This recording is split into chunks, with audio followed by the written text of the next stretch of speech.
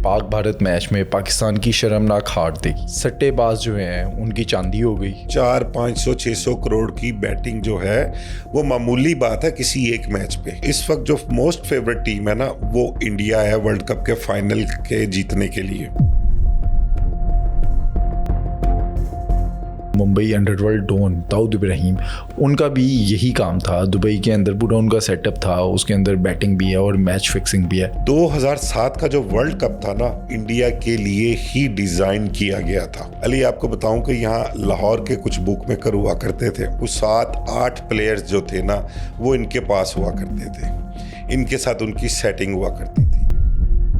किसी को 50 लाख, किसी को 1 करोड़, किसी को 70 लाख, किसी को 25 लाख, इस तरह पैसे उनको दे के तो फिर भिजवाया जाता था वहाँ पर। अच्छा, ये सुनी सुनाई बातें हैं या आपने अपनी आंखों से देखे हुए हैं? मेरी आंखों देखा हाल समझ लें यार आप। अब इन लोगों ने जब वहाँ पर चले जाना होता था ना, वहाँ जाके फिर ये इतला करते थे कि जो मैच हो रहा है ना उस मैच के रिजल्ट का ये कहते थे कि आज का मैच हारना है या आज का मैच जीतना है। तो रजाक जब पवेलियन से बाहर गया है ना तो बाहर जाके उसने ना बैट रखा है ना उसने पैड उतारे हैं, और उसने रजाक ने इंजमाम को ये कहा है कि ये मैच इन्होंने नहीं जीतना, बिके हुए हैं, इन्होंने पैसे पकड़े हुए हैं, इन्होंने मुझे आउट करवाने की कोशिश की। इंजमाम गुस्से में बैटिंग करने नहीं आया था उस मैच में। दोस्तों, वर्ल्ड कप हो, आईपीएल हो या कोई भी क्रिकेट लीग, इसके अंदर हारती तो एक टीम है लेकिन हमेशा जीत होती है जुआ करवाने वालों की। आज के पॉडकास्ट में हम डिस्कस करेंगे ये जुए का निज़ाम चलता कैसे है, मैच फिक्सिंग से लेकर मैच पर बैटिंग कैसे होती है, मनी लॉन्ड्रिंग के जरिए किस तरह से पैसे को रोटेट किया जाता है, किस तरह से मुल्क की मैशियत का नुकसान होता है। ये तमाम हक़ाइक़ जानिए आज के इस पॉडकास्ट में। इस पॉडकास्ट को एंड तक ज़रूर देखें और चैनल को अभी सब्सक्राइब करें।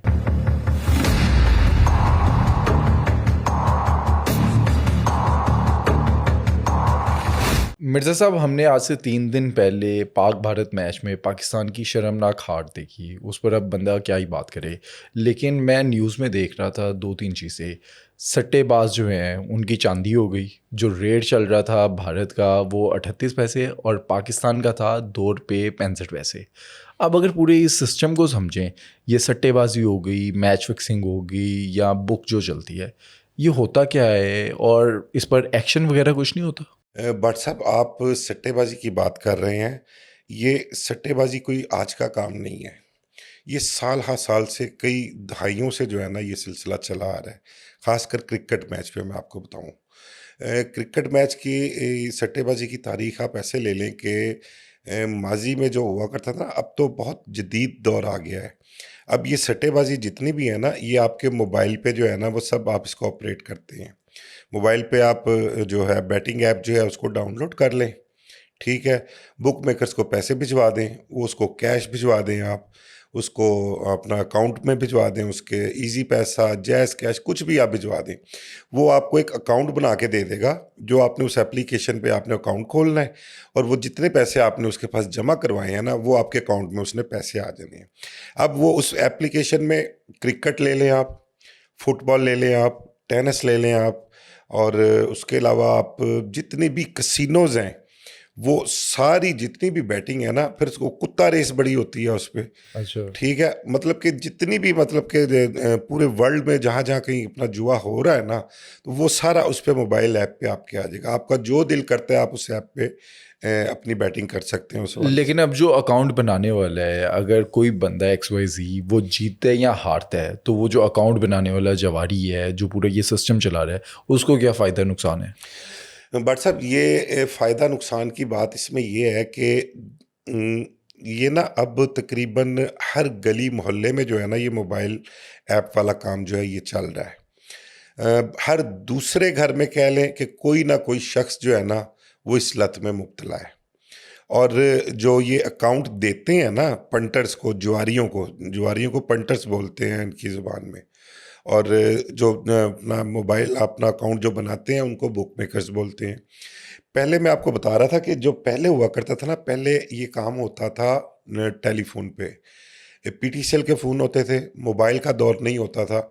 अब जो बुक मेकर होते थे ना उन्होंने 2, 4, 5, 10, 20, 30 जो पी में अपना पीटीसीएल फ़ोन है ना, इनकी ये लाइनें ली होती थी इनको, ये कनेक्शन लिए होते थे और इन कनेक्शंस के ज़रिए वो बैटिंग जो है वो लोगों को करवाया करते थे। फिर जो आगे बड़े बुक मेकर्स होते थे उनसे उन्होंने लाइनें ली होती थी, उस पे रेट चला करते थे और कोई मतलब कि मैंने बैटिंग करनी है, मैं उस बुक मेकर ने जो मुझे नंबर दिए हैं मैं उन नंबर पे कॉल करता था। कॉल करके मैंने पूछना भाई रेट क्या आ रहा है? उन्होंने कहा जी ये फलां टीम का ये रेट है। मैं कहा जी मेरी ये बैट लिख लें। ये पीटीसीएल का दौर था, ये मैं आपको बता रहा हूँ 80s 90s की बात मैं आपको बता रहा हूँ ये।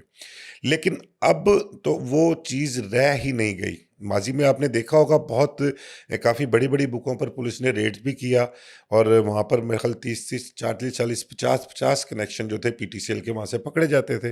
तो वो उस टाइम जो था वो एक ज़रिया बैटिंग का वो हुआ करता था। लेकिन अब जो चल रहा है वो आप हर दूसरे बंदे के हाथ में तो मोबाइल है। मोबाइल के बगैर कोई भी नहीं है और हर दूसरा शख्स जो है वो इस लत में मुब्तला है।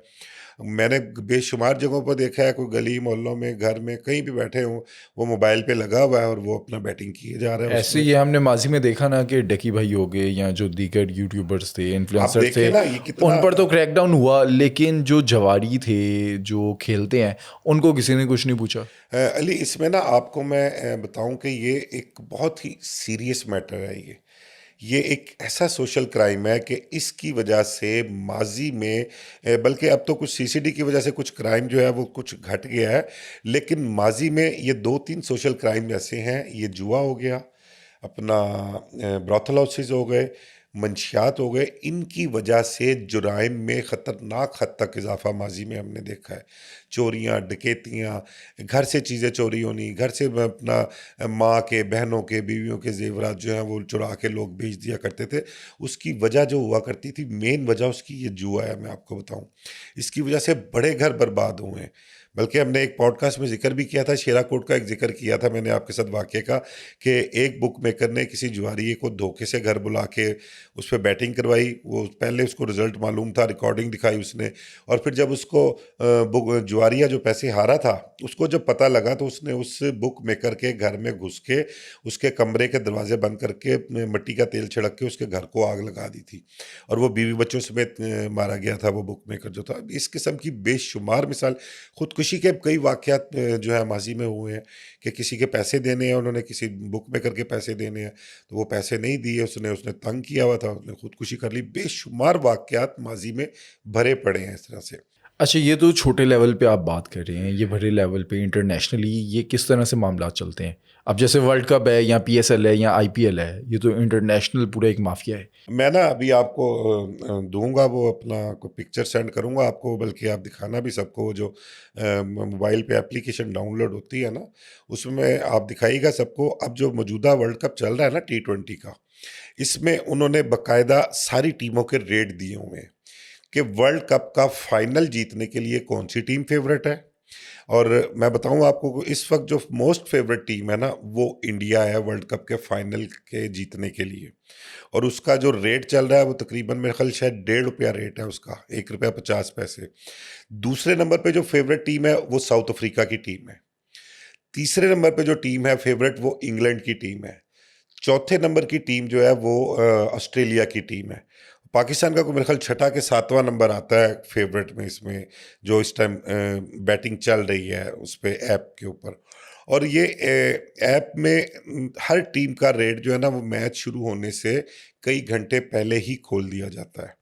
लेकिन बैटिंग जो है वो कुछ घंटे पहले स्टार्ट होती है उस पे, लेकिन रेट उनका पहले से ही आ जाता है, पता लग जाता है लोगों को जी कौन सी टीम फेवरेट है, किस टीम का क्या रेट चल रहा है। जैसे भी आपने स्टार्ट में बताया कि कल मैच पाकिस्तान का जो हुआ 2-3 दिन पहले, उस पे जो रेट पहले मैच से पहले ही रेट जो चल रहा था वो 37-38 पैसे इंडिया फेवरेट था और पाकिस्तान का जो रेट था वो कोई ₹2 65 था। तो ये पहले ही चल जाता है। और ये जितने भी काम करने वाले लोग हैं ना, इसमें आपको बताऊँ टॉप में जो है ना सबसे ज़्यादा काम इसका इंडिया में, दुबई में, पाकिस्तान में, साउथ अफ्रीका में, इंग्लैंड में, ये वो मुल्क हैं, ये वो कंट्री हैं जहाँ पर ये इनका कह लें कि हब है।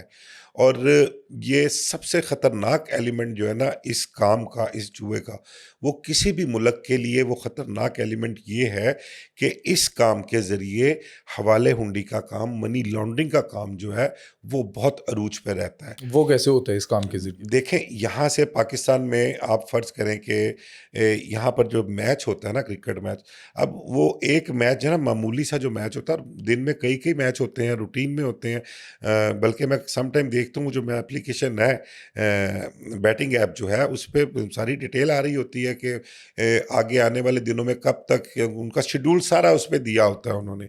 तो 2-2 3-3 मैच एक दिन में होते हैं, और मामूली बात आपको बताऊँ कि किसी एक मैच के ऊपर मैं बड़ा मोहतात रह के आपको बता रहा हूँ कि 4 500 600 करोड़ की बैटिंग जो है, वो मामूली बात है किसी एक मैच पे। और ये जैसे इंडिया पाकिस्तान का जो पूरी और दुनिया इंडिया देख। पाकिस्तान का मैच तो एक ऐसा मैच है कि सारी दुनिया की जो है वो नज़र उस पे मरकूज़ होती है, ठीक है? और लोग इन्वॉल्व भी बहुत ज़्यादा होते हैं, पब्लिक बहुत ज़्यादा इन्वॉल्व होती है, और इस पर बैटिंग भी बहुत ज़्यादा होती है, ठीक है? पूरी दुनिया में बैटिंग होती है। इस पे ऐप पे तो हर बंदे के पास है, हर जगह पे ये चलती है ऐप, और ये उस पे ऐप पे बैटिंग होती है। मैं मोहतात बता रहा हूँ कि 500-600 करोड़ रुपया एक मैच पे बैटिंग मामूली बात है। और ये पैसे जब यहाँ से इकट्ठे होते हैं ना, देखिए ये भी ना एक दुकानदार का हिसाब है। जैसे मैं एक परचून का दुकानदार हूँ, आप थोक का काम करते हैं, आपसे आगे फिर आप किसी और से अपना जो माल जो मैन्युफैक्चरर्स कह लें कि आप उनसे लेते हैं। तो मैंने माल दिया आपको, आपने माल दिया आगे, उसने आगे दिया। अब ये सारे पैसे इकट्ठे होते हैं, और यहाँ से जब ये पैसे बाहर जाते हैं ना, तो ये हुंडी के ज़रिए जाते हैं पैसे।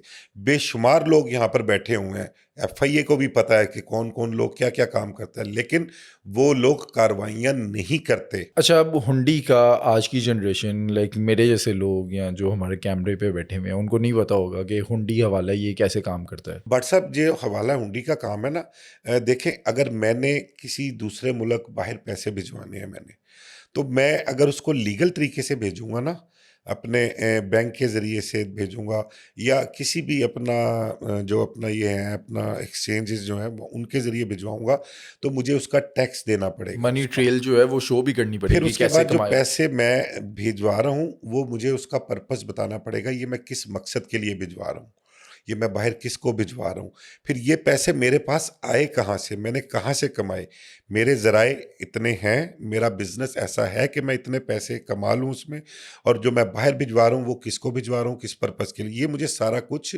बताना पड़ेगा, ठीक है? और अगर मैंने ये लीगल तरीके से नहीं भेजने, तो लाहौर शहर क्या, पूरा पाकिस्तान, कराची, सियालकोट, गुजरांवाला, फैसलाबाद, कहीं भी आप चले जाएँ, भरे पड़े हैं मनी एक्सचेंजर वाले जो हैं, और वो हवाले हुंडी का काम करते हैं।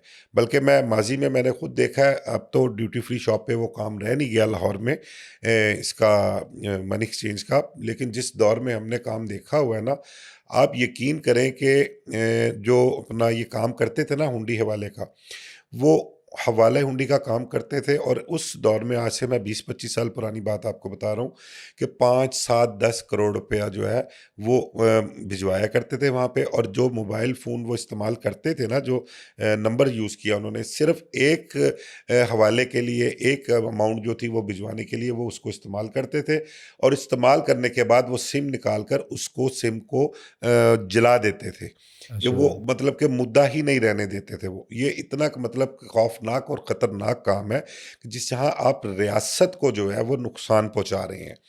आप यहाँ से जो पैसे जाने हैं ना, वो डॉलरों की शक्ल में जाने हैं बाहर।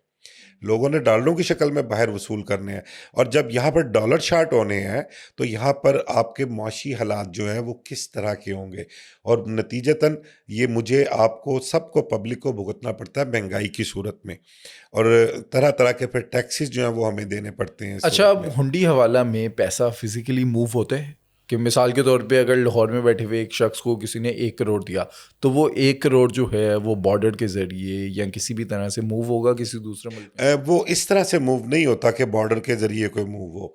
मैं हवाले हुंडी का काम करता हूँ, फ़र्ज़ करें आप, मैं यहाँ पर काम कर रहा हूँ, आप मेरे पास आए हैं, बीइंग अ कस्टमर आप मेरे पास आ गए हैं। आपने कहा जी मैंने ये 10 करोड़ रुपया बाहर भिजवाना है मैंने। किस कंट्री का भिजवाना है, हर मुल्क का जो है ना उन्होंने परसेंटेज रेट अलहदा रखी हुई है। सबसे ज़्यादा रेट जो मैंने देखा ना 25% वो इंडिया पैसे भिजवाने का रेट होता था कि 25% अगर आपने 1 लाख रुपया भिजवाया तो 25,000 रुपया आपको उसका देना पड़ता था। अच्छा, आपने जब इसमें पूछा अभी मेरे से कि ये पैसे मूव किस तरह करते हैं, किस तरह ट्रांसफ़र होते हैं, फिजिकली होते हैं या मैं नहीं होते? आपको ये बता रहा हूँ कि मैं काम करता हूँ हवाले हुंडी का। आप बीइंग अ कस्टमर मेरे पास आए, आपने कहा जी ये 10 करोड़ रुपया मैंने फलां मुल्क भिजवाना है। मैं कहा जी ओके, मैंने आपसे परसेंटेज जो जिस कंट्री की है वो परसेंटेज आपसे लेनी है, आपसे कैश मैंने ले लेना है।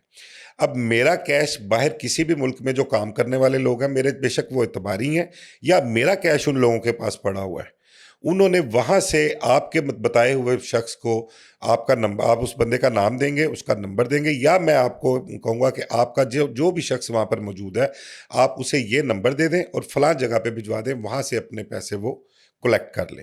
तो इस तरह से हवाले हुंडी का काम जो है वो चल रहा है। साउथ अफ्रीका है, इंग्लैंड है, दुबई है, अमेरिका है, कहीं भी आपने पैसे भिजवाने हैं तो क्योंकि अब मैं एक कारोबार में शामिल हूँ ना, एक कारोबार कर रहा हूँ मैं, तो मेरा उस कारोबार में मेरे लिंक्स भी हैं, मेरा एतबार भी है, फिर बहुत सी जगहों पर मेरे पैसे पड़े भी हुए हैं गारंटी के तौर पर कि मैं किसी के साथ हैंकी पैंकी ना करूँ। इसी तरह से अगर बाहर से भी कोई बंदा पाकिस्तान पैसे भिजवाना चाह रहा है ना, सम टाइम होता है बाहर के लोग बैठे हुए हैं, उन्होंने भी पाकिस्तान पैसे भिजवाने होते हैं, तो वो भी इसी तरह से वहाँ पर उनका कोई बंदा होगा, वो उनको पैसे उनके हैंड ओवर कर देगा, उनको परसेंटेज पे करेगा और वो मुझे फ़ोन करेंगे जी ये फ़लाँ बंदा आपके पास आएगा, इसको इतने पैसे पे करने हैं। तो ये हवाला हुंडी जिसको मनी लॉन्ड्रिंग कहते हैं ना, ये काम इस तरह से होता है। अब इंडिया पाकिस्तान का मैच हो या वर्ल्ड कप या आईपीएल या पीएसएल, इसके अंदर पैसा जो मूव होता है ये दुबई के ज़रिए मूव होता है? देखिए, यहाँ से ना मैंने बताया कि छोटा दुकानदार, बड़ा दुकानदार, उससे बड़ा दुकानदार, फिर जो यहाँ पर मेन लोग बैठे हुए हैं ना, उनकी के आगे लाइन्स हैं। इंडिया में भी उनके ताल्लुकात हैं, उनके दुबई में भी ताल्लुकात हैं, उनके लंदन में भी हैं, साउथ अफ्रीका में भी हैं। फिर वो जब पैसे इकट्ठे उन्होंने भिजवाने होते हैं ना, अव्वल तो इनके ना आपस में हिसाब किताब चल रहे होते हैं। और एक चीज़ बड़ी मज़ेदार बताऊँ आपको कि ये दुनिया का मैंने अपनी लाइफ में एक वाहिद कारोबार देखा है यार, जिसमें एतबार एक दूसरे पर इतना होता है कि करोड़ों अरबों रुपए एक दूसरे का लेना देना होता है, और इसमें जो जिसने देने होते हैं ना उसको बड़ी जल्दी होती है देने की, लेने वाले को इतनी जल्दी नहीं होती। ये इस काम में मैंने देखा है, और ये खासकर जुआरियों के लिए है। कोई जुआरिया किसी के पास पैसे हारता है ना, तो जुआरिये को परेशानी होती है कि मैंने इसको पैसे करके कहाँ से देने हैं, और वो कहीं न कहीं से कुछ न कुछ बेच-बाच के, किसी को वड टुक के, किसी को चोर बाज़ारी लगा के वो उसको पैसे पहुँचाता है। वजह इसकी क्या है कि उसको एक लत में मुब्तला है। वो जब तक वो पैसे उसको पहुँचाएगा नहीं, वो अगली बैटिंग उसके पास कर नहीं सकता। इन केस अगर कोई पैसे देने में नाकाम हो जाता है, वो पैसे नहीं दे पाता, उसका क्या करते हैं फिर? नहीं, बेशुमार चीज़ें हैं ऐसी कि काफ़ी वाक़यात हैं, मतलब कि छोटे-मोटे लोग जो हैं वो पैसे बाहर भी जाते हैं। बड़े लोग भी कहते हैं किसी ने कि यार मेरा 2 करोड़, 4 करोड़, 5 करोड़, 10 करोड़ मेरा इन्होंने देना है। तो इस तरह के कुछ वाक़यात हैं, लेकिन मोस्टली लोग जो हैं वो बड़े व्यापारी हैं इस कारोबार में। उस कारोबार को बड़े अच्छे तरीके से करते हैं और लेन-देन अपना बड़ा अच्छा रखते हैं। यहाँ पर लाहौर में बाज़ जो है अपना कह लें कि जुआ करवाने वाले लोग कुछ ऐसे भी मौजूद हैं, वो उन्होंने यहाँ पर लोगों की जायदादें तक लिखवा ली हुई हैं। अंदरून शहर के बेशुमार प्लाज़े, बेशुमार प्रॉपर्टीज़ उन जो मालिक मकान है, जो जुआ करवाते हैं, उन्होंने उनके अपने अड्डों पर, अपने डेरों पर बुलाकर उनको जुआ खिलवाया, उनके पैसे लिए, उनके पास पैसे ख़त्म हो गए, उनको अपने पास से पैसे दिए, फिर वो हार गए तो उन्होंने उसके एवज़ उनकी प्रॉपर्टियाँ जो हैं अंदरून शहर में लिखवाई हैं। इस कदर ये ख़तरनाक काम है। क्रिकेट के हवाले से हम बात कर रहे थे, तो क्रिकेट के माज़ी में बड़े-बड़े मामलात हुए हैं। मैच फिक्सिंग के बड़े मामलात हुआ करते थे। ये बैटिंग के तो चल ही रहे हैं। उस दौर में ना बड़े-बड़े नाम हुआ करते थे, और एक कोई अपना राना शमीम हुआ करता था। एक हाजी नासिर बड़ी लाहौर की मशहूर व मारूफ शख्सियत है। आजकल कहते हैं कि उसका बहुत बड़ा काम है इसका, ये बैटिंग ऐप का, लेकिन कुछ लोग ये भी कहते हैं कि नहीं, अब वो छोड़ गया है काम। क्योंकि अब ना ये काम ऐसा आ गया कि अब इसमें फिजिकली अपीयरेंस काम में लोगों की नहीं रही, जो काम ये करवाते हैं। अब उन्होंने लोग बिठाए हुए हैं मोबाइल दे के, लैपटॉप दे के, वो उस लैपटॉप और मोबाइल के ज़रिए जो है वो ऑपरेट करते हैं अपने सारे सिस्टम को। किसी के पास 100 पंटर्स काम कर रहे हैं, किसी के पास 200 कर रहे हैं, किसी के पास 2000 पंटर काम कर रहे हैं। तो उसको ऑपरेट करने के लिए उन्होंने वो लोगों को बिठाया हुआ है, वो बैठ के ऑपरेट करते हैं। उन्होंने उनको मोबाइल नंबर्स दिए हुए हैं, वो उनसे पूछते हैं जी हमने पैसे भिजवाने हैं, कहाँ भिजवाएं, वो उनको मोबाइल नंबर देते हैं, वो पैसे भिजवाते हैं। जब वो पैसे रिसीव हो जाते हैं तो वो उनका अकाउंट बना के उनके अकाउंट में पैसे डाल देते हैं। अब जिन लोगों का सबसे ज़्यादा बड़े से बड़ा काम होता गया, उन्होंने क्या किया, यहाँ से मूव करके ज़्यादातर लोग दुबई जाके बैठ गए। एक शेख नईम होता था, वो फौत हो चुका है, अब उसका एक बेटा है। वो मेरी इत्तला है कि वो इस टाइम पूरे पाकिस्तान में जो इस मोबाइल मेट्रो का काम जो है ना, वो उसको चला रहा है और उसी ने यहाँ पर सबको अकाउंट्स दे रखे हैं।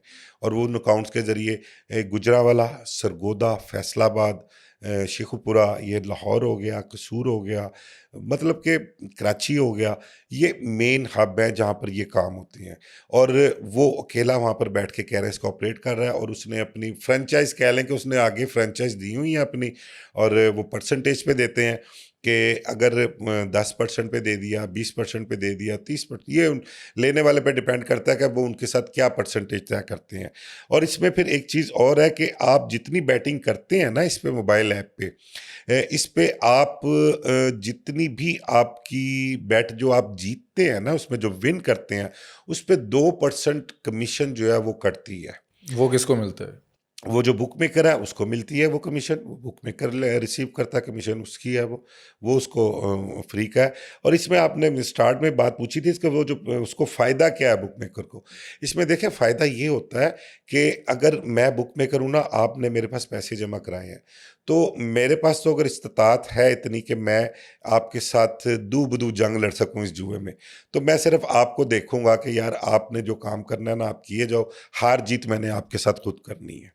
और इसमें मोबाइल वाले काम में ना, ये आपको और चीज़ बता दूं कि ये जस्ट लाइक एक वीडियो गेम है, मैं आपको बताऊं, अच्छा। ये एक वीडियो गेम है।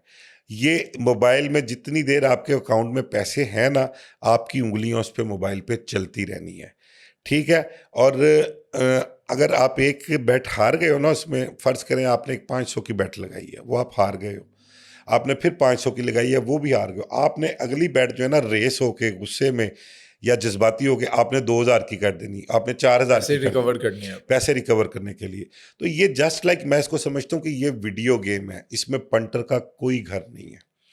मेरे सामने बेशुमार मिसालें ऐसी मौजूद हैं। बीइंग अ क्राइम रिपोर्टर, मैं इसको समझता भी हूँ, मैंने इस पे वर्किंग भी बहुत की हुई है, मैंने इसको यूज़ भी बहुत किया हुआ है, मैं आपको बताऊँ।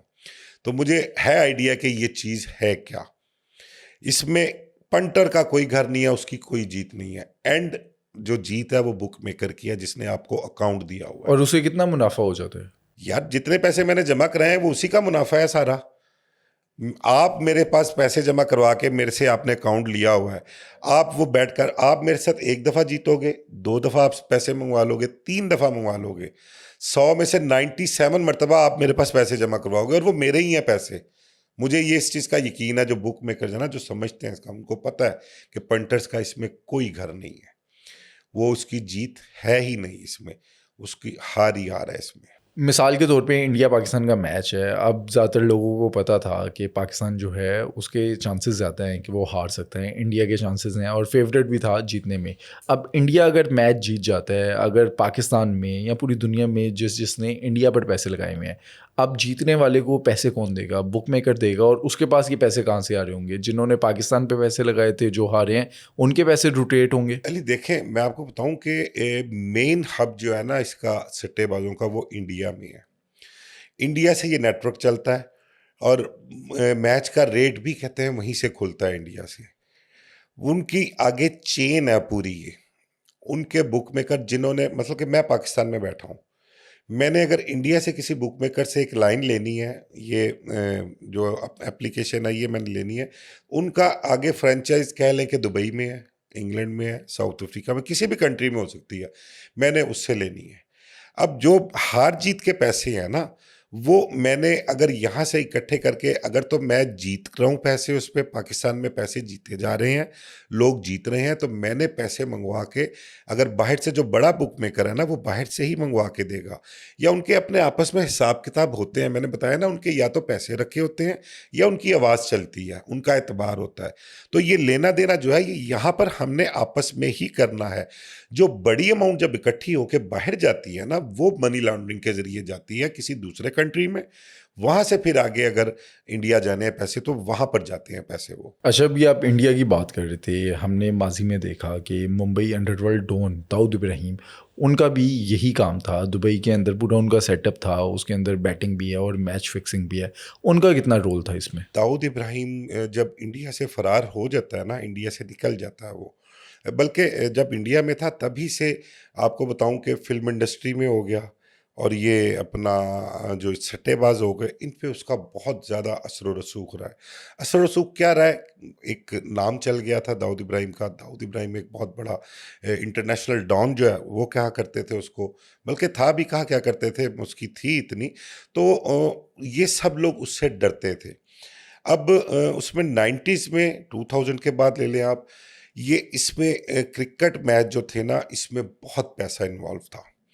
अब इसके नताइज जो थे वो अपनी मर्जी के लेने के लिए इस पर भी ये लोग असरअंदाज हुआ करते थे। वो कैसे? इन्होंने क्रिकेटर जो थे उनको ख़रीदा भी करते थे, उनको डरा धमका कर उनसे मर्जी के नताइज जो है वो मैचों में लिया करते थे। मैं बल्कि आपको अपनी एक आप बीती भी एक बताता हूँ। एक टीम होती थी लाहौर बादशाह की, ये गालबन 2006, 7, 8 की बात है। ये उस वक्त इंडिया के साथ जो ताल्लुकात थे वो ठीक थे, क्रिकेट आया जाया करते थे, इंडिया पाकिस्तान आती थी, पाकिस्तान वाले वहाँ जाते थे। तो ये ना वहाँ पर कोई 3 टीमें जो थी ना वो बनाई गई थी, जैसे ये आजकल आईपीएल चलती है ना, आईपीएल हो गया, आईसीएल हो गया। इन्होंने वहाँ पर आईपीएल स्टार्ट हुई थी और एक उन्होंने वहाँ पर 3 टीमें, उसमें एक ये पाकिस्तान की टीम होती थी, इंज़मामुल हक की क़यादत में जाती थी वहाँ पर ये टीम, अब्दुल रज़ाक उसमें टीम में होते थे, एक अपना समी वो होते थे, इमरान फ़रत होते थे, इमरान नज़ीर होते थे, हसन रज़ा, नवीद लतीफ़, ये सब उसके लाहौर बादशाह की जो टीम थी उसका हिस्सा होते थे। फिर तौफ़ीक उमर हमारे एक बड़े अपना टेस्ट क्रिकेटर भी रहे हैं, बहुत ज़बरदस्त, आजकल शायद कहीं कमेंट्री भी करते हैं कहीं पे और काफ़ी शोज़ में नज़र आते हैं। ये भी जाया करते थे वहाँ पर, लेकिन ये लाहौर बादशाह का हिस्सा नहीं होते थे। एक कोई इंग्लिश प्लेयर्स की टीम होती थी, ये उस टीम में होते थे तौफ़ीक उमर। लाहौर बादशाह के जो प्लेयर्स हैं वो भी मैंने आपको बताया। एक और टीम होती थी, वो इंडिया की टीम होती थी, उसमें कोई इंडिया के 2-3 प्लेयर मेन हुआ करते थे और बाकी कोई क्लबों के लड़के जो थे ना अंडर 19 वो इकट्ठे करके ये 3 टीमें वहाँ बनाई गई थी और ये वहाँ जाकर क्रिकेट मैच खेला करते थे 20-20 जाके। अब वो सारा ही जो था ना मैच फिक्सिंग उस मैचों में हुआ करती थी उसमें। जितनी भी टीम्स हैं वो सारी की सारी? सारी की सारी मैच फिक्सिंग किया करती थी वहाँ पे। अब हिंदू जो है ना, हिंदू वो माफिया है क्रिकेट के हवाले से। सट्टेबाज वहाँ से कह लें कि स्टार्ट वहाँ से होती है और उसका इख्तिताम भी वहीं पर होता है। असल बनिया हिंदू सट्टेबाज माफिया है वहाँ पर। तो ये टीमें जो थी ना वहाँ पर जाया करती थी और ये जो लाहौर बादशाह की टीम होती थी ना, अली आपको बताऊं कि यहाँ लाहौर के कुछ बुक मेकर हुआ करते थे। उसमें एक हुमायूं खान हुआ करता था, वो मेरा कोई अजीज़ भी था मेरा, वो मैं आपको चलो बता ही दूँ। वो मेरा अजीज़ था, वो था। फिर और यहाँ पर एक मैंने आपको बताया राना शमीम, मियाँ एजाज, फिर उसके बाद हाजी नासर, एक अपना पप्पू जट वगैरह, ये मतलब कि एक टीम हुआ करती थी ये इनकी। और ये लाहौर बादशाह की टीम के कुछ 7-8 प्लेयर्स जो थे ना वो इनके पास हुआ करते थे, इनके साथ उनकी सेटिंग हुआ करती थी। उन्होंने जब इंडिया जाना है ना मैच खेलने के लिए, तो उससे को 3-4 हफ्ते पहले वो लाहौर आ जाया करते थे सारे प्लेयर इकट्ठे होके। लाहौर माल्टन में एक घर था, वहाँ पर वो इकट्ठे होना रहना, डेली रात को वहाँ पे उन्होंने इकट्ठे होना। वहाँ पर उन्होंने कह लें कि अपने प्रोग्राम जो है सारे वहाँ पर उन्होंने तय करने, वहाँ पर उन्होंने बहुत से मामला जो हुआ करते थे ना, अय्याशी करनी उन्होंने वहाँ पे, यार मैं सीधा सीधा आपको बताऊँ। और उस दौर में 1 महीने में जो कोई अय्याशी का खर्चा होता था ना इन प्लेयर्स पे, वो होता था को कम कम राउंड अबाउट 1 करोड़ रुपया उन पे अय्याशी पे खर्चा उनके हुआ करता था। 80-90 लाख 1 करोड़ रुपया इतना खर्चा उनकी अय्याशी पे होता था। और जिस घर में वो मौजूद होते थे, जहाँ सारे प्रोग्राम चल रहे होते थे, उस घर के बाहर एक पुलिस जीप खड़ी होती थी, किसी एसपी लेवल की जीप वहाँ पे खड़ी होती थी। और वहाँ पर अब जाहिर बात है, जिस घर के बाहर एसपी की जीप खड़ी हो तो वहाँ पर रेड किसने करनी? अगर किसी को इत्तला भी मिले तो वहाँ पर रेड करने से पहले वो घबराता था। तो ये 1 महीना मामला चलते थे और जब इन्होंने जाना वहाँ पर, तो अब जिसके साथ जो मामला तय होते थे, किसी को 50 लाख, किसी को 1 करोड़, किसी को 70 लाख, किसी को 25 लाख, इस तरह पैसे उनको दे के तो फिर भिजवाया जाता था वहाँ पर। अच्छा, ये सुनी सुनाई बातें हैं या आपने अपनी आंखों से देखे हुए हैं? यार मैं समझ लें कि मेरी मेरी आंखों देखा हाल समझ लें यार आप, कोई सुनी सुनाई नहीं है इसमें। अब इन लोगों ने जब वहां पर चले जाना होता था ना, वहां जाके फिर ये इतला करते थे कि जो मैच हो रहा है ना, उस मैच के रिजल्ट का ये कहते थे कि आज का मैच हारना है या आज का मैच जीतना है। फिर उस हिसाब से यहाँ पर ये जो टीम बुक मेकर्स की मैंने आपको बताई ना, ये सब यहाँ पर इकट्ठे होते थे और ये फिर इकट्ठे बैठकर वो मैच किया करते थे। इन्होंने किसी दूसरे मुल्क से, दुबई से या कहीं इधर से कराची से, कहीं से कोई लाइन लून ली होती थी इन्होंने। वो लाइनें लेके उस लाइनों पर ये बैटिंग किया करते थे, इसको बोलते हैं कि कटिंग करना उन्होंने। और जो मेरे सामने की बात है, मेरा ख्याल 25 से 30 करोड़ रुपया जो था ना, ये 3-4 लोग बैठकर एक मैच पे ये बैटिंग किया करते थे उस पे। बल्कि एक मैच मैं याद है मुझे बड़ी अच्छी तरह, एक्सप्रेस अखबार में मैं होता था उस वक्त, तो ये लाहौर बादशाह की टीम जो थी ना वो गई हुई थी वहाँ पर। तो मुझे एक फ़ोन आता है, उन्होंने कहा यार पैसे चाहिए। मैं कहा किसको नहीं चाहिए? कहता यार आज फिर ऐसा कर के तेरा कोई बुक मेकर जानने वाला है? मैं कहा हाँ है। कहता कौन? मैं कहा तू। कहने लगा नहीं नहीं मैं अवेलेबल नहीं हूँ, मैं मसरूफ़ होऊंगा, लेकिन कोई तेरा जानने वाला है ना? तो मैं कहा यार मेरा जानने वाला तू ही है, तेरे अलावा और कोई जानने वाला नहीं है बुक में। कहता अच्छा मैं तुझे एक नंबर दूंगा, उस नंबर पे फ़ोन करके ना तू बैटिंग कर ले। मैं कहा अच्छा जी, क्या बैटिंग करनी? कह रहा यार आज मैच है लाहौर बादशाह की टीम का और दूसरी जो वो इंडिया की टीम थी उनका मैच है, तो आज का मैच जो है वो लाहौर बादशाह ने हारना है। मैंने कहा अच्छा, फिर तो बड़ी मज़े की बात है, फिर मुझे नंबर दे दे भाई तू। उसने मुझे नंबर दिया, वो मैच शुरू हो गया। मैच शुरू होकर मैंने उस फ़ोन नंबर पे कॉल की, मैंने वहाँ पे बैट भी की और वो लाहौर बादशाह की टीम मैच हार गई। मैं बड़ा खुश हुआ, भाई यार ये तो बड़ा ज़बरदस्त काम है, ये तो उसने एक वो बैठे बैठे कमेटी नहीं निकल आती बंदे की, या लॉटरी निकल आती है। मैं कहा यार ये तो अच्छा काम है, चलो। वो 1 दिन 2 दिन गुजरे, मुझे फिर उसका फ़ोन आएगा, सुना अभी क्या बना वहाँ से? मैं कहा हाँ हाँ मैंने बैट की थी, मैं पैसे जीता था वहाँ से। कहने लगा अच्छा, तो अच्छा आज शाम को ना फिर काम है। मैंने कहा अच्छा ठीक है। मैं कहा फिर उसको कह दी, मैं मैच उसके पास कर लूँगा। कहता अच्छा ठीक है। उसने उसको कह दिया। अच्छा मैंने क्या किया, तो मैंने ना उसको दोबारा बैट की और मैंने बैट कुछ ज़्यादा बड़ी कर दी वहाँ पे। अच्छा। अब हुआ ये, हमारे एक बुज़ुर्ग साफ़ी बड़े नामवर साफ़ी रहे हैं, इस दुनिया में नहीं है अब वो उनके कमरे में मैं बैठा हुआ, तो मैं मैच देख रहा था, तो मैंने ना फ़ोन पे बैट की, तो इतनी देर में वो दरवाज़ा खोलते हैं, एंटर होते हैं, तो उन्होंने मेरी बात सुन ली कि भई ये इसने को बैट किया। तो खड़े होके ना टीवी देखने लगे और मेरी तरफ देख के कहते हैं, "की गल है, कोई खबर-खुबर ही की है?" मैं कहा, "नहीं, नहीं, वैसे ही।" "नहीं, नहीं, दस।" मैं कहा, "जी, बस पता लगा कि लाहौर बादशाह ने आज मैच हारना है।" "अच्छा, चलो ठीक है।" वो आके अपनी सीट पे बैठ गए। 2 मिनट गुज़रे, उन्होंने फ़ोन उठाया, उन्होंने नंबर मिलाया, नंबर मिला के कॉल करते हैं और उसको कहते हैं कि इतनी पेटी लेट ओवर कर दे। ये बेट होती है कि इतनी पेटी इंडिया की टीम पे लगा दी उन्होंने। अच्छा मैं उसको भूल के मैं उनके पड़ गई। मैं कहा ये क्या किया जी इन्होंने? मैं कहा कोई अभी-नभी हो गई, तो ये तो मेरे गल पड़ गई। ख़ैर अब मैं अपना सारा भूल गया कि मैंने क्या किया, क्या नहीं किया। मुझे उनकी पड़ गई। अब हुआ ये कि जो लाहौर बादशाह ने मैच हारना था ना, वो लाहौर बादशाह मैच जीत गई। ये जीत कैसे गई? मैं आपको बताता हूँ कैसे जीत गई। उसमें हुआ ये कि एक क्रिकेटर जो था ना, उसने कुछ 4-5 प्लेयर्स को एतमाद में लिया और जो 2 कोई मेन प्लेयर थे ना, उनको एतमाद में नहीं लिया उसने। हालाँकि थे वो 2 मेन प्लेयर भी इसी टीम का हिस्सा, लेकिन उनको एतमाद में नहीं लिया उसने। अब उसने लालच की, जिसने 4-5 प्लेयर्स को एतमाद में लिया, उसने कहा कि यार ये इनमें से कोई एक आधा आउट हो जाएगा, बाकी 4-5 लड़के नीचे मेरे ही हैं, तो ये इनके साथ मैं अपनी मर्जी का रिजल्ट ले लूँगा। तो वो हो नहीं सका।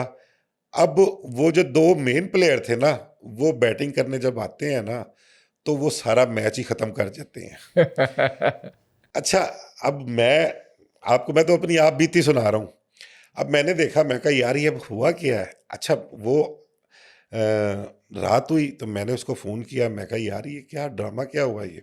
अच्छा, मुझे टेंशन अपनी मेरे एक सीनियर की टेंशन पड़ गई, वो मेरे खिलाफ हो गए इस वजह से कि इसने मुझे गलत टिप दे दी है। अब मैंने तो नहीं कहा उनको कि ये काम करो यार तुम, ठीक है। अब उन्होंने कई लोगों से बल्कि उसके बाद गिला भी किया, जिक्र भी किया कि जो उसने मेरे पैसे हरवा दिए।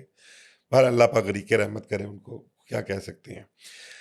लेकिन मैंने उसको, वो जो जिसने मुझे टिप दी थी, मैंने कहा ये क्या किया? कहना यार की दसी तेन को 30 करोड़ रुपया असी भी हार गया, असी तो समझ ला कि सड़क ते आने वाला काम है, तो असी तो बड़े परेशान है। मैं कहा होया की ये कीता की? कहता इस तरह वो एक बंदा लालच कर गया, उन्हें 2 मेन प्लेयर ਨੂੰ ਇਤਮਾਦ ही नहीं लिया, उन्हें साढ़े को पैसे भी मंगवा ले कि इतने पैसे दे दो, सरगोदे किसी जगह पैसे उन्होंने डिलीवर करवाए उस वक्त।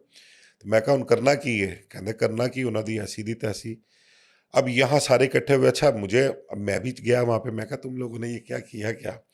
वो खैर फ़ोन करके अब इंडिया फ़ोन कर रहे हैं उनको, प्लेयर्स को, उनको गालियाँ निकाल रहे हैं, ਤੁਹਾਡੀ ऐसी दी तैसी, तुसी मरवाता, तुसी ये करता, फलां करता। अब जिस बंदे ने पैसे सरगोदे मंगवाए थे उसके घर 2 डाले भिजवाए, असले वाले, सरकारी नहीं। अच्छा। बंदे सरकारी वाले गन्नों वाले बंदे भिजवाए सरगोदे उसके घर, उनको जाके थ्रेट थ्रुट किया, उनसे जो पैसे दिए थे खैर वो वापस लिए। खैर बीच में एक समझदार बंदा जो यहीं से गया हुआ था, उसने फिर इधर राब्ता किया, राब्ता करके उसने कहा कि यार मैं इनसे रात को पूछता हूँ कि हुआ क्या है और तुम लोगों का नुकसान कैसे पूरा होना है। उसने कहा जी ठीक है। अब उसके इंतज़ार में बैठ गए। वो रात को कमरे में इकट्ठे हुए, जब होटल में बैठे तो उन्होंने पूछा किया क्या? उनका यार ये फ़लाँ बंदा है, इसने बगैरती की है, हमें पता होता तो हम पागल हैं, अगर हमने कोई आवाज़ दी होती तो हम अपनी आवाज़ पे पहरा देते, पहले भी तो दिया था पहरा हमने, तो हमने तो ऐसा कुछ भी नहीं किया। अच्छा, इंज़मामुल हक, समी और ये रज़ाक वगैरह जो थे ना, ये इस गेम से आउट थे, ये इस गेम का हिस्सा नहीं हुआ करते थे। जो मैच मैंने आपको पहला बताया ना कि जो पहला मैच लाहौर बादशाह हार गई थी, उसमें एक बड़ी मज़ेदार चीज़ ये हुई कि उसमें रज़ाक जो था वो ओपन बैटिंग के लिए आया था। अच्छा, यहाँ उनके लाहौर बादशाह जाने से पहले ना ये चीज़ें इन लोगों को था कि यार रज़ाक जो है वो नहीं है, इंज़माम नहीं है, फ़लाँ नहीं है, इनका क्या करेंगे? तो ये प्लान करके जाते थे कि यार फ़लाने को हम रन आउट करवा देंगे, फ़लाने के साथ हम ये करेंगे। अच्छा। तो उस मैच में रज़ाक ने क्या किया कि पहले फेवरेट जो थी वो टीम थी उसकी इंडिया की, बैटिंग के लिए आए तो रज़ाक ने 3 ओवरों में ऐसी पिटाई की कि वो पाकिस्तान की लाहौर बादशाह की जो टीम थी वो फेवरेट आ गई। अब जिन्होंने बैटिंग की हुई थी, जिस कमरे में वो बैठे हुए थे, उन सबको सांप सूंघा हुआ था कि हमारा 25-30 करोड़ रुपया गया। अच्छा, मीनवाइल जो साथी प्लेयर था उसने रज़ाक को रन आउट करवाने की भी कोशिश की, लेकिन रज़ाक भांप गया था और उसको समझ लग गई थी कि ये कोई बगैरती का आंसर बीच में शामिल है। और रज़ाक जब आउट होके बाहर जाता है ना, तो उस कमरे में जो बुक मेकर्स इकट्ठे हुए थे ना, उनकी बड़कें, उनकी चीखें वो सुनने वाली थी खुशी की वजह से कि अगर ये आउट ना होता तो वो मैच हार देते। अब वो पीछे जो सेकंड प्लेयर आता है, अब वो run rate, requiring run rate जो था ना उस मैच का, वो रज़ाक की बैटिंग के होते हुए समझ लें कि 7 पे रह गया था। और जब रज़ाक आउट होके गया तो वो रन रेट 14 पे ले गए। अब वो मैच हार गए। अब रज़ाक जब आउट होके बाहर जाता है ना, अगर आप उसकी रिकॉर्डिंग्स कहीं ना कहीं मौजूद होंगी, अगर उस मैच की आपको रिकॉर्डिंग देखने का इत्तेफाक हो ना कहीं, तो रज़ाक जब पवेलियन से बाहर गया है ना, तो बाहर जाके उसने ना बैट रखा है ना उसने पैड उतारे हैं। उसने इंज़माम को इशारा किया है कि मेरी बात सुना के उठ के। इंज़माम उठ के आया, उसको साइड पर लेके जाके गया है और उसने, रज़ाक ने इंज़माम को ये कहा है कि ये मैच इन्होंने नहीं जीतना, ये बगैरत बिके हुए हैं, इन्होंने पैसे पकड़े हुए हैं, इन्होंने मुझे आउट करवाने की कोशिश की। उस मैच में कितनी विकेटें गई, इंज़माम गुस्से में बैटिंग करने नहीं आया था उस मैच में, मैं आपको बताऊं। ये आप देखें रिकॉर्डिंग, उसमें सारा कुछ मौजूद है इस चीज़ में। फिर उसके बाद पता लगा कि जी रात को इंज़माम ने सबको इकट्ठा किया कमरे में, वहाँ पे होटल में, सबसे हलफ लिया कि भाई अब कोई हैंकी पैंकी नहीं करोगे, उनको गाल बंदा जो भी कर सकता था वो बीइंग अ कैप्टन, उन सबको बुरा भला भी कहा उसने। लेकिन क्या, अगले मैच में फिर वो कोई ना कोई चीज़ सामने आ गई। तो उस टाइम पे इदारे एक्शन नहीं लेते थे। अब ये देखें ना कि क्रिकेट मैच के साथ ये सट्टेबाजी वाला अलग सीन है, लेकिन एक आम पाकिस्तानी के या दुनिया भर में जो भी क्रिकेट लवर हैं, उनके जज्बात जुड़े हुए हैं, फीलिंग्स हैं। अली, आपको एक बात बताऊं कि ये ना, आप फिक्सिंग के हवाले से बात कर रहे हैं। असल में ना अब जितनी भी ये लीग्स होती हैं ना, असल काम बेड़ा गर्क शुरू किया आईपीएल ने। आईपीएल जब स्टार्ट हुई है ना, उसमें इतना पैसा शुरू शुरू में देखे, जब कोई काम बंदा पहले स्टार्ट करता है ना, तो वो उसमें सारा कुछ ही समेट जाता है। आईपीएल में इंडिया के जो माफिया था ना, उन्होंने आपकी और मेरी सोच से ज्यादा पैसे इकट्ठे किए हैं। इतने पैसे इकट्ठे किए हैं, इतने पैसे इकट्ठे किए हैं कि किसी मुल्क का कर्जा उन पैसों से उतर सकता है। इस कदर डॉलर इकट्ठे किए हैं उन्होंने। और आईपीएल के बाद जब आईसीसी जो है ना, इंटरनेशनल क्रिकेट है, उनकी आंखें खुली हैं कि यार क्रिकेट में इतना पैसा है। और मैं आपको एक चीज बताऊं कि मैं अपनी फीलिंग्स आपके साथ शेयर कर रहा हूं। मुझे बचपन से दो शौक है, क्रिकेट का और पतंगबाजी का। ये दो शौक हुआ करते थे, मतलब कि क्रेज हुआ करता था हमें क्रिकेट का, और तकरीबन सारे मैच देखा करते थे। 2007 में गालिबन इंडिया वर्ल्ड कप जीता था। 2007 का जो वर्ल्ड कप था ना, वो मैं अपनी फीलिंग बता रहा हूँ, मैं अपनी असेसमेंट बता रहा हूँ कि वो वर्ल्ड कप इंडिया के लिए ही डिज़ाइन किया गया था। मैंने ज़िंदगी में पहली मर्तबा देखे हैं रिजल्ट्स जो थे ना, वो मुझे ये लगा कि ये रिजल्ट्स जो है ना, ये मर्जी के मुताबिक लिए जा रहे हैं। और इन इंटरनेशनल मैचेस में पहली मर्तबा जो है वो कोई ना कोई, कह लें कि ऑफिशियल जो है वो असरअंदाज हो रहे हैं रिजल्ट्स के मामले में। एक्सप्रेस में मैं होता था, वहाँ पर बैठे होते थे। पहला राउंड जो वर्ल्ड कप का हुआ ना, तो वर्ल्ड कप के पहले राउंड में जो मैंने देखा कि यार ये क्या क्राइटेरिया है, ये जो अपसेट हो रहे हैं ये मेरी समझ से बाहर है। अच्छा, हम रिपोर्टर्स बैठे होते थे ऐसे ही, तो डिस्कस करते थे, बाकी भी क्रिकेट के शौक थे। मैं कहा यार ये मैच जो है ना, मुझे समझ नहीं आ रही इनकी, ये मुझे लग रहा है कि मैचेस पे ना, इंटरनेशनल मैचेस में मैं पहली दफ़ा देख रहा हूँ कि रिजल्ट्स जो हैं वो मन मर्जी के लिए जा रहे हैं। वो उनका नहीं, क्योंकि वो उनका इंटरेस्ट इतना नहीं था। तो मैं इसलिए ज़्यादा इंटरेस्ट लेता था कि क्राइम रिपोर्टर थे, रात को लेट बैठते थे, और मैचेस का जो टाइम था ना, वो भी शाम 6 साढ़े 6 बजे स्टार्ट होते थे, तो रात 1 बजे 1:30 बजे तक 2 बजे तक चलते थे मैच वो। तो मैं तकरीबन मैच पूरा ही देखा करते थे वहाँ पे बैठ के, मैं और 2-3 दोस्त और थे। अच्छा, रिपोर्टिंग में हम बैठे हुए हैं, मैंने उनसे कहा, मैं कहा यार ये देखो, ये जो पहला राउंड हुआ है ना, अगर तो पैटर्न यही रखा गया ना, तो अगले राउंड में ये मैचेस हैं, और इनके रिजल्ट्स मैं आपको एडवांस में बता दूं।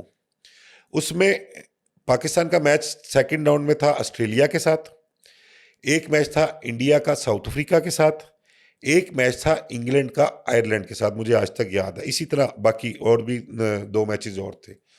तो मैंने उनको इन मैचेस के बताया, मैं कहा यार ये मैच अगले राउंड में जो है ना, अगर यही पैटर्न इन्होंने रखा, तो अगला राउंड जो है उसमें पाकिस्तान ऑस्ट्रेलिया से जीतेगा, इंडिया साउथ अफ्रीका से जीतेगा, और आयरलैंड इंग्लैंड से जीतेगा। ये मैंने उनको बैठ उनका पागल हो गया, बड़ा नजूमी वेखो से। मैं कहा यार मैं नजूमी नहीं हूँ, लेकिन मैं आपको अपनी फीलिंग्स बता रहा हूँ। उसमें हुआ ये कि पाकिस्तान का, क्योंकि मुझे याद है वो वर्ल्ड कप अच्छी तरह से, पाकिस्तान पहले बैटिंग पे आया। पाकिस्तान ने गालबन 177 के 178 रन किए। ऑस्ट्रेलिया सेकंड बारी पर आया, ऑस्ट्रेलिया मैच हार गया, ऑस्ट्रेलिया चेज नहीं कर सका 177। मेरी पहली फीलिंग जो थी वो सच साबित हुई। दूसरा मैच हुआ, इंग्लैंड बैटिंग पे आया, आयरलैंड के साथ मैच था, इंग्लैंड ने 328 रन किए, और आयरलैंड की टीम नई नई आई थी उस दौर में, आयरलैंड वो 328 चेज कर गई। और तीसरा मैच जो था वो इंडिया और साउथ अफ्रीका का मैच था। इंडिया बैटिंग पे आया, 367 रन पे इंडिया का एक आउट था, और अभी को 12 ओवर्स बाकी थे। और मुझे ना दोस्त जो थे वो जो कहते वो डाले जूमी देखो, वो यार 400 स्कोर इंडिया करेगी, 400 चेस कौन करेगा। मैं कहा यार जब मैच खत्म नहीं होया, मैनू ये स्कोर जड़ा है बड़ा स्कोर नज़र नहीं आ रहा, क्योंकि पहले 2 मैच जड़े इंग्लैंड वाला, आयरलैंड वाला, पाकिस्तान वाला, उस पैटर्न तो होने, और ये भी इस पैटर्न तो होएगा भी, मैं तुम दस दिया। उनका जा काम कर, 400 स्कोर इंडिया ने करना है। अली 296 या 297 पे ऑल टीम आउट इंडिया की हो गई थी वो, और वो मैच साउथ अफ्रीका जीत गया था।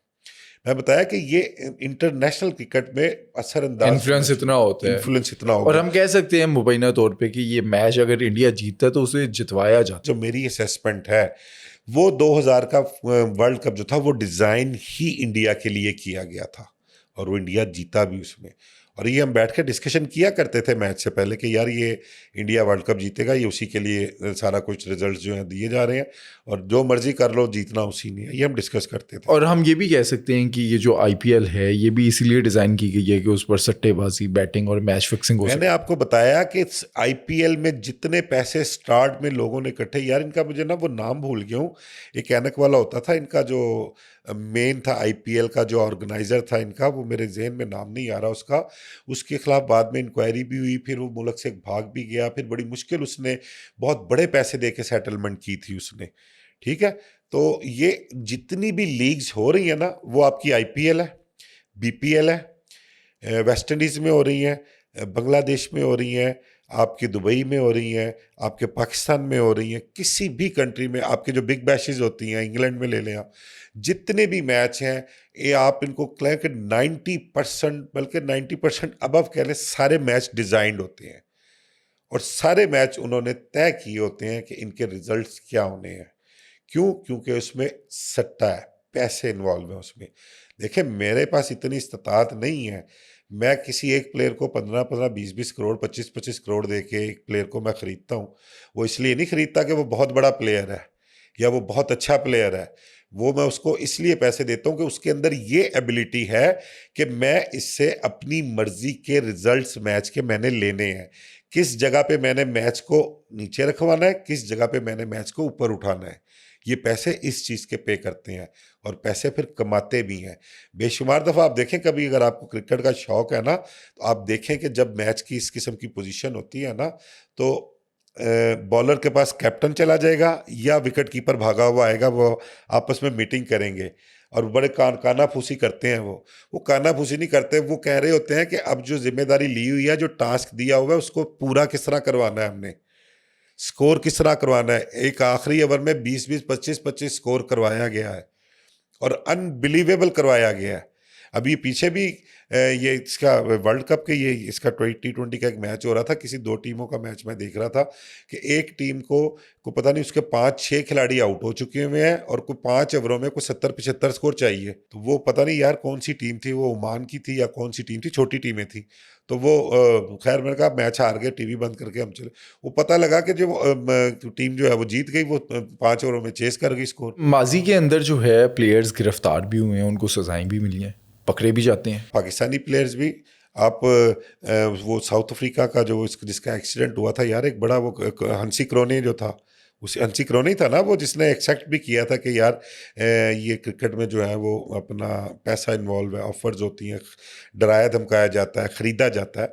तो ये सारी चीज़ें शामिल हैं, ये सब कुछ होता है और लोग करते हैं। दाऊद इब्राहिम की बात की आपने, दाऊद इब्राहिम एक ब्रांड है, एक नाम है, लोग उससे आज भी डरते हैं, आज भी इंडिया उसके नाम से कांपता है, बल्कि आज भी इंडिया पूरी दुनिया में वावेला करता है दाऊद इब्राहिम के नाम का। और आज भी दाऊद इब्राहिम के नाम पर या उसकी जो कंपनी है डी कंपनी, वो बैटिंग और मैच फिक्सिंग वगैरह ये मामला देखती है। बिल्कुल देखते हैं, क्यों नहीं देखते। बल्कि हमारा एक दोस्त ही हुआ करता था, तारिक भट्ट नाम है उसका। मैं आपको पुरानी बात बता रहा हूँ, कोई 2000s के बाद की बात है ये। वो कोई काम शाम ये किया करता था, तो वो यार अब मैं पता नहीं उसको क्या मैं आपको कहूँ, कि उसका काम था कोई डी कंपनी के किसी लोगों के साथ। अच्छा। उसने उस दौर में कोई 5 करोड़ रुपया उनसे लेना था, तो वो फ़ोन पे उसकी तलखी भी बड़ी हुई, और वो कह के जी मैं आ रहा हूँ तुम्हारे पास पैसे लेने, पागल सा था, मीटर सा था।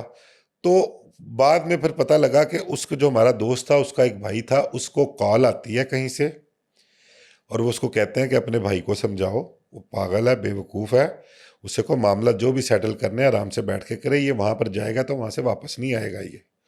अब मैं खुल के आपको नहीं बताना चाह रहा हूँ सारी बात, मैं इसीलिए ज़रा मेरी जो है ना रुक रुक के मैं आपको बता रहा था। तो बहरहाल मामला चल रहे हैं, डी कंपनी जो है वो वाकई में डी कंपनी है, इंडिया के लिए आज भी दर्द सर है, और इंडिया आज भी डी कंपनी यानी कि दाऊद इब्राहिम से चालू है, चलता है उससे, और उन्हें खौफ है कि डी कंपनी किसी वक्त भी कुछ भी हमारे साथ कर सकती है। खैर, हम किसी और तरफ निकल पड़े। मैं आपसे बात कर रहा था लाहौर बादशाह की। वो बड़े बड़े इंटरेस्टिंग वाक़यात उन 4-5 दिनों में ना उस दौर में हुए हैं। ये जब बात होती थी ना, वो मैंने आपको बताया कि वो मैच हारना था, मैच जीत गई। अब उसके बाद वो जो दोस्त एक और था ना, उसने सबको इकट्ठा किया, उसने पूछा हुआ क्या, उसने कहा जी ऐसे हुआ ऐसे हुआ। उसने कहा अब उनका नुकसान कैसे पूरा करना है। उनका जी फिर यही है कि अब जो अगला मैच आता है उसको डिज़ाइन करते हैं। उन्होंने कहा जी ठीक है, अब अगले मैच की उनको इतला मैं दूंगा और तुम सब उसमें शामिल हो, और तुमने ये मैच इस तरह से खेलना है ताकि उनका नुकसान पूरा हो जाए। नुकसान हुआ पूरा? यार मैं बता रहा हूँ कि मैंने इस किस्म के तमाशे अपनी लाइफ में नहीं देखे। ये पहले तो 2 काम जो मैंने आपको बताए ना वो तो हुए। अब तीसरा काम उन्होंने फिर इतला की कि जी आज का मैच हमने हारना है। लेकिन हिंदू माफिया बड़ा ही, मैं आपको बताऊं क्या, उसने बजाय इसके कि उस मैच पे बैटिंग नहीं करनी, उसने क्या किया कि इंडिया की जिस टीम के साथ मैच था ना, उस टीम के 8 एक लड़के क्लबों को जो थे ना, उनको उसने पे किया और उनको उसने ऑन बोर्ड ले लिया। अब ऑन बोर्ड उसको किस लिए लिया कि इधर से लाहौर बादशाह की टीम मैदान में है हारने के लिए, उधर से वो टीम मैदान में आई है हारने के लिए। दोनों टीमें मैच हारने के लिए क्रिकेट खेल रही हैं। और इस कदर मज़ेदार वो मैच हुआ, इस कदर मज़ेदार मैच हुआ। मैं हारा आपको कौन? बता, इंडिया की टीम जो थी ना वो हारी थी मैच, मेरा ख्याल। तो ये इस किस्म के तमाशे होते थे। अच्छा, इसमें ये होता है, इसका जो रेट होता है ना, वो हर बॉल पे रेट चेंज होता रहता है। मतलब किसी बॉल पे छिक्का आ गया, किसी बॉल पे विकेट चली गई, तो रेट ऊपर नीचे होता रहता है। अच्छा, उस मैच में मैंने ये देखा कि एक जब विकेट जानी थी ना, आउट होता है तो यानी कि भाई रेट इसका ऊपर जाएगा दूसरी टीम का, जो बॉलिंग पे टीम है। अच्छा, जो आउट विकेट होती थी ना, जिनका आउट होता था उनका रेट ऊपर जाने की बजाय उसका रेट नीचे बोल दिया करते थे। उस मैच में इतने तमाशे लगे, इतने तमाशे लगे लोगों के, लेकिन वो मैच समझ में नहीं आया लोगों के ये हुआ क्या। वो दोनों टीमें हारने के लिए खेल रही थी उस क्रिकेट में। नुकसान पूरा हुआ फिर उस मैच में? यार नुकसान तो उन्होंने फिर, अब जाहिर बात, उन्होंने काम जो वही करना है तो नुकसान उन्होंने पूरा करना ही करना था अपना। वो किसी ना किसी तरीके से होना ही होना था। आपने कहा कि इसकी इंक्वायरी क्यों नहीं होती, इनके खिलाफ कार्रवाई क्यों नहीं होती। देखिए, कार्रवाई वहाँ पे होती है जहाँ पर मैं ज़ाती तौर पर अपना काम जो है मैं अकेला कर रहा हूँ, या मैं छुप छुपा के कर रहा हूँ, या मैं किसी को फ़ायदा नहीं दे रहा। लेकिन अब आप ये देखें कि जब से लीक्स शुरू हुई हैं ना, लीक्स शुरू होने के बाद इन मामलात में जो थे ऑफिशियल जो थे, उनकी मर्ज़ी के बगैर जो है वो रिज़ल्ट्स नहीं लिए जाते। और जो किसी ने कोशिश की कि जी हम अब इनके बीच में शामिल ना करें, कोई 1-2 लोग मिलकर जो हैं वो इसको काम को किसी मंतिकी अंजाम तक पहुंचाएं, तो फिर उनके खिलाफ कार्रवाइयाँ भी होती हैं, फिर उनको फंसाया भी गया। आपने मोहम्मद आमिर को देख लें, मोहम्मद आमिर के साथ और जो अपना सलमान बट देख लें, इनको जब फंसाया गया ना इनको, फिर ये लोग इस तरह से काबू भी आ जाते हैं। तो ये एक बहुत बड़ा नेटवर्क है, बहुत पैसा इन्वॉल्व है इसमें। सबसे ख़तरनाक काम ये है कि इसमें जो मनी लॉन्ड्रिंग होती है वो आपकी मुल्की मईशत के लिए तबाहकुन है। इस चीज़ से सबक लेना चाहिए, इस चीज़ को गवर्नमेंट को देखना चाहिए।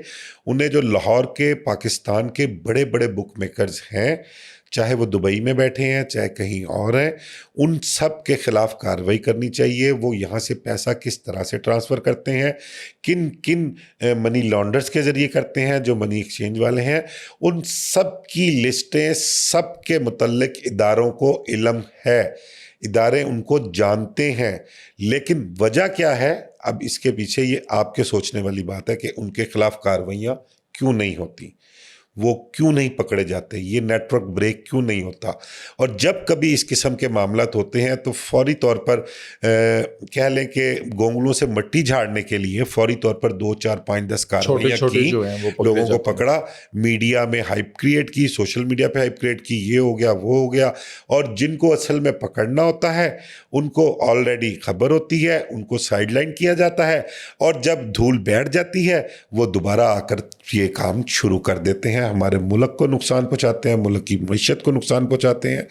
करोड़ों नहीं अरबों डॉलर का नुकसान पहुंचता है हमारी मुल्क की मईशत को, इस वजह से कि इल्लीगल तरीके से पैसा दूसरे मुल्कों में जाता है। अब जो सीसीडी है वो तीफी बट का मुबैना पुलिस मुकाबला जो है वो कर सकती है, मंशियात फ़िरोज़ जो हैं वो मारे जा सकती हैं, या जो नेफ़े में पिस्टल चलते हैं वो तमाम मामला हो रहे हैं।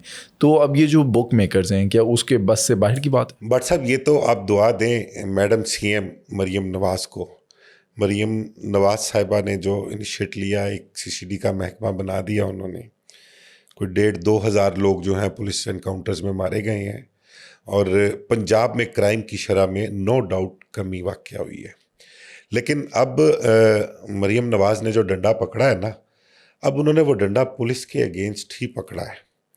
अभी आपने देखा होगा कि आईजी साहब से क्राइम के हवाले से उन्होंने मीटिंग की है, इजलास बुलाया हुआ था, काफ़ी ऑफिसर्स भी थे उसमें, तो उन्होंने खासा आड़े हाथों भी लिया है इसको। एक सोशल मीडिया पे कोटेशन भी, स्टेटमेंट उनकी काफ़ी वायरल जा रही है कि वो है तो करप्ट लेकिन है बहुत प्रोफेशनल। उन्होंने इस चीज़ का इकरार किया है, इस चीज़ को उन्होंने माना है कि मेरे पास भी सम टाइम कोई पोस्टिंग के लिए जो नाम आते हैं ना, तो उसमें नाम में अगर पूछते हैं कि इसकी करप्शन के हवाले से, तो उनका जी करप्ट तो है लेकिन है बड़ा प्रोफेशनल, है बड़ा कॉम्पिटेंट। तो कहती हैं कि हमें फिर बहालते मजबूरी उन लोगों को एडजस्ट करना पड़ता है। तो अब हमें वो लोग देखने चाहिए जो करप्ट ना हो, प्रोफेशनल हो, कॉम्पिटेंट हो, काम करने वाले हों। अब मरीम नवाज़ ने कोई डंडा तेज़ किया है पुलिस वालों की तरफ से भी। उन्होंने जो अब्दुल करीम है हमारे आईजी पंजाब नए जो आए हैं, उनको बड़ा सख्त मैसेज दिया है पुलिस के हवाले से भी। उन्होंने कहा है कि करप्शन बर्दाश्त नहीं करूँगी मैं। ठीक है। दूसरा, वो कोशिश ये कर रही हैं कि अब एक पुलिस का किबला जो है वो दुरुस्त किया जाए। कई दहाइयों से हम भी देखते आ रहे हैं कि पुलिस का किबला दुरुस्त करने की कोशिश की गई। क्या पुलिस को अब फ्री हैंड मिलेगा जैसे सीसीडी को मिला हुआ है? देखें, सीसीडी को तो फ्री हैंड है ही। सोहेल जफर चट्टा साहब, अल्लाह पाक सलामत रखे उनको। वो किसी मतलब कि पंजाब के किसी भी अफसर के कहने सुनने में नहीं है। वो सब पे भारी हैं, मैं आपको बता दूं। क्राइम ख़त्म भी तो कर रहे हैं ना यार, क्राइम तो ख़त्म कर रहे हैं वो, लेकिन आप ये देखें इसके पीछे बहुत से मुतनाज़ा पुलिस एनकाउंटर्स भी हैं। और ये आपको मैं बताऊं कि ये जो पुलिस एनकाउंटर्स किए गए हैं ना, ये इनका पीछा नहीं छोड़ेंगे, ये आपको मैं बता दूं। ये मुस्तकबिल में कहीं ना कहीं पुलिस वालों के गले पे पड़ेंगे। मैं आपको बड़ा क्लियर बता रहा हूँ कि पुलिस वाले जो इंस्पेक्टर डीएसपी जिन्होंने पुलिस एनकाउंटर्स किए हुए हैं ना, वो बड़ा क्लियरली निजी महफिलों में बैठ के डिस्कस करते हैं इसको अब। और वो ये कहते हैं कि जी ऑफिसर जो है ना वो यहाँ पर नज़र नहीं आएंगे। और उनसे पूछा जाता है कि तुम लोगों का क्या होगा, उनका जी हम जेलों में होंगे, हमें पता है कि हमने क्या किया है, हम क्या कर रहे हैं। ये जो कुछ भी कर रहे हैं ये ना तो हम लीगली कर रहे हैं और ना कानूनी तकाजे पूरे कर रहे हैं एनकाउंटर्स के बाद हम। और ये जब कभी भी आज साल बाद, 5 साल बाद, 10 साल बाद अगर ये फाइलें खुली, इनको परसू किया गया, तो इंशाल्लाह हम लोग जेलों में होंगे। ये वो लोग निजी महफिलों में बैठ के डिस्कस करते हैं। मेरे साथ डिस्कस की 5-6 पुलिस अफसर्स ने, वो कहते हैं कि ये होगा हमारे साथ। आप बात कर रहे हैं, हम ना फिर वो टॉपिक से स्लिप हो जाते हैं तो बात किसी और तरफ चल पड़ती है। ये आपको बताऊं कि ये जो सोशल क्राइम है ना, मंशियात इसमें बहुत बड़ी लानत थी। वो उस पे इन्होंने इनकाउंटर्स इसलिए शुरू किए कि हमारी नौजवान नस्ल जो है ना, वो उसकी एक बहुत बड़ी तादाद जो है वो इसमें लत में मुब्तला हो चुकी हुई थी, बल्कि है अभी भी। लेकिन अब ये है कि जिस तरह से, जिस आसानी से पहले नशा मिला करता था, उस आसानी से अब तक उस नशे तक रसाई नहीं है। अच्छा, लेकिन मिल इस अब चीज़ भी से रहा है, महंगा हो जाता है ना, ब्लैक में मिल मिलता है। अब भी रहा है, लेकिन उस तरह से नहीं मिल रहा जिस तरह से पहले मिला करता था। अब ये है कि थोड़ी सी नशे की जो अक़साम है ना वो चेंज हो गई, और दूसरा महंगा हो गया नशा। लेकिन इस चीज़ को बिल्कुल कह लें कि अपना नज़रअंदाज नहीं करना चाहिए कि ये मंशियात फरोश इतने मार दिए हैं तो ये काम जो है वो रुक गया। इस पर नज़र रखनी चाहिए। और इसी तरह मुल्की मईशत के लिए इन सट्टेबाजों पे, इन बुक मेकर्स पे, इन पर भी नज़र रखनी चाहिए। इनकी लिस्टें मैं बार बार कह रहा हूँ, कौन कौन लोग काम कर रहे हैं, कौन कौन मनी लॉन्ड्रर हैं, सब इदारों को पता है। कौन कौन मनी एक्सचेंज वाले बैठे हैं, ये भी सब इदारों को पता है। मरीम नवाज़ को चाहिए कि वो उन इदारों पर डंडा चलाएं, और उनको इस चीज़ पर कायल करें, उनको इस कदर प्रेशराइज करें कि इस चेन को जो है वो तो ब्रेक किया जाए और इन लोगों को गिरफ्तार किया जाए, और एक ये जो मुसलसल एक तसलसल मनी लॉन्ड्रिंग का चल रहा है ना, इसको रोकना पड़ेगा। दोस्तों, आज के पॉडकास्ट का मकसद किसी भी क्रिमिनल एक्ट को ग्लोरीफाई करना नहीं, बल्कि एक सबक देना है कि जुआ किसी का नहीं होता। जवारिये जो हैं अपना घर बार सब कुछ बेच देते हैं। इस लानत से बचना चाहिए। और अगर आपके पास भी कोई ऐसी इन्फॉर्मेशन है तो हमारे साथ काइंडली कमेंट सेक्शन में शेयर करें।